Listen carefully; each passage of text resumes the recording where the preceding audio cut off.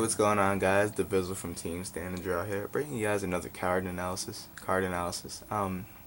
This week I was gonna do the new Neo Nectar Stride unit, but seems like they brought us the effects for Zeal, so had to get on that Zeal. So I used to use Zeal, so when they brought it out, I was kind of happy for it. So I brought up the pros and cons. Well, let's get on to the skill first. The skill is Allegiance with the Grade 3 Zeal. You remember him from set 8. Legions for Legion 21. If you have 2 in Soul, 22.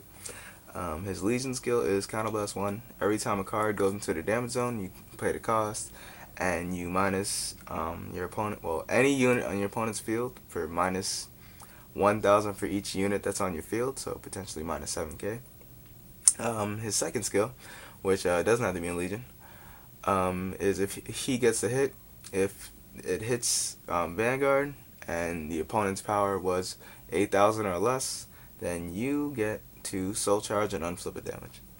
So, a lot of pros and cons on my list. There should be a lot of pros and cons, but not a lot of pros and cons for this card.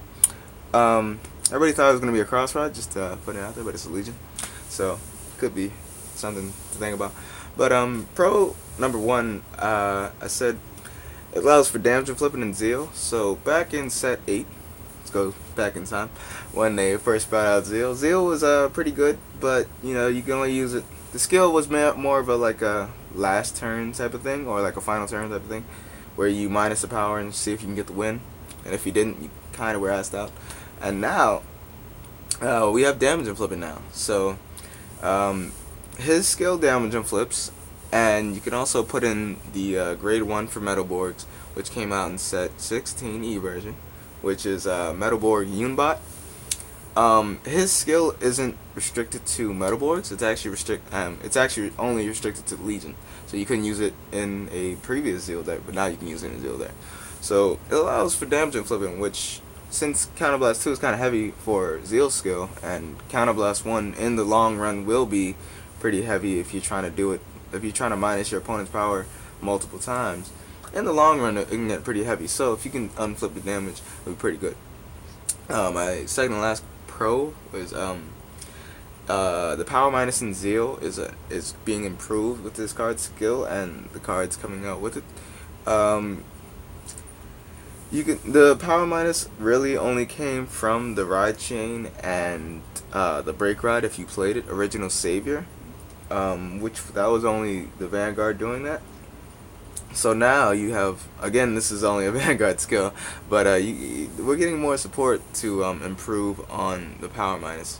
And his skill is an improvement from Zeal's skill, since Zeal's skill only talks about rear guards, but his skill talks about every unit on your field. So again, potentially that's minus 7k on your opponent's Vanguard. And kind of the fact that you could use this like more than once, since you can probably get 2 cards in the damage zone. You can potentially do minus 14, or how many cards you want to do, and how much times you could do the skill. So it's a major improvement from Zeal, because Zeal was only minus 5k and that's it, or minus 10k with break ride, and you know, that's it. So leaving you at 1k. But since Bushy Road said you can go in the negatives with power minusing, it's pretty good. All right, so on to the cons. I only got 2 cons right now, but for the first off, the skill. Let's get on the skill, because that's something to think about. It power minuses for every time you get a card. Every time a card goes into the damage zone. Potentially you could say that only happens on your opponent's turn, unless you play damage and flip. Damage enforcers, 2 different things.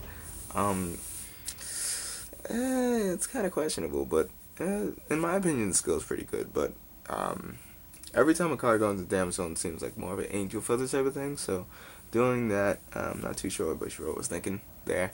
I don't know, just my opinion. But it seemed like kind of a minus on the fact that you are kind of forced to play these kind of crappy rear guards, because damage enforcers only have potentially 8Ks or 6Ks. So your rows already, from being crappy, they're also crappy more. But I guess the trade-off is you're going to be minusing power, so I guess that's a good trade-off. And the last con I went with is the damage and flip factor of his skill has to be it's only a on hit. And I guess part two to that is the soul charge. Why do we soul charge in Zeal? Never seen a reason for that. But yeah, with Yunbot and his skill, you have to get a hit to unflip damage. Yeah, you got the debate rebuttal that their skill's gonna and their power is gonna be like negative whatever, and they probably can't be able to guard that. But still, you have to get the hit. So just some things to think about. My opinions. Love to hear your opinions. Tell me in the comment section below, and I'll catch you guys later.